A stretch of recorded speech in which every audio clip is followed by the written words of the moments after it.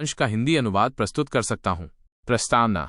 17 मार्च 1959 को रात के अंधेरे और ठंडी हवा में मैं नॉर्बुलिंका महल के मुख्य द्वार से भेष बदलकर और एक चूबा आम आदमी के दैनिक वस्त्र पहनकर निकला। यहीं से मेरे तिब्बत से दूर निर्वासन में 6 दशकों से अधिक के जीवन की शुरुआत हुई। हालांकि मेरे भागने की आवश्यकता का बीज 1950 में मेरे देश पर कम्युनिस्ट चीनी आक्रमण से बोया गया था, लेकिन इसका तात्कालिक कारण तिब्बत की राजधानी ल्हासा में बढ़ता तनाव था, जो 10 मार्च 1959 को एक जन विद्रोह में बदल गया। आक्रमण के बाद लगभग 9 वर्षों तक मैंने अपने लोगों की भलाई के लिए कम्युनिस्ट चीनियों के साथ किसी प्रकार का समझौता करने की कोशिश की थी, लेकिन ये एक असंभव कार्य था। मेरे प्रस्थान के कुछ दिनों बाद चीन की पीपुल्स लिबरेशन आर्मी ने शहर पर बमबारी की। इस तरह 20वीं सदी के उत्तरार्ध और 21वीं सदी में मेरे गृहभूमि और लोगों की दुखद गाथा सामने आई।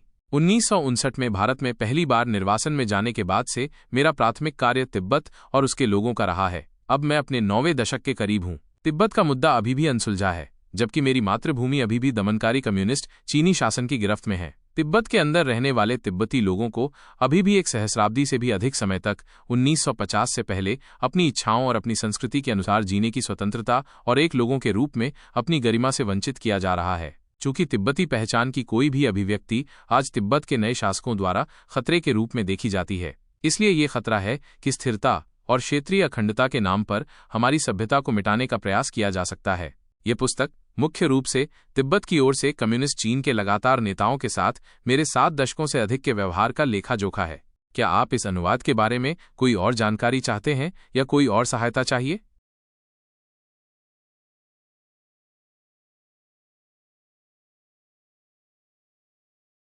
ये उनके लोग हैं। ये चीनी लोगों के विवेक के लिए भी एक अपील है। उनमें से कई हमारे साथ महायान बौद्ध धर्म में एक आध्यात्मिक विरासत साझा करते हैं, जिसे मैं संस्कृत परंपरा कहता हूं। साथ ही व्यापक अंतर्राष्ट्रीय समुदाय से भी तिब्बती लोगों की दुर्दशा की परवाह करने के लिए हमारा एक अस्तित्वगत संकट है।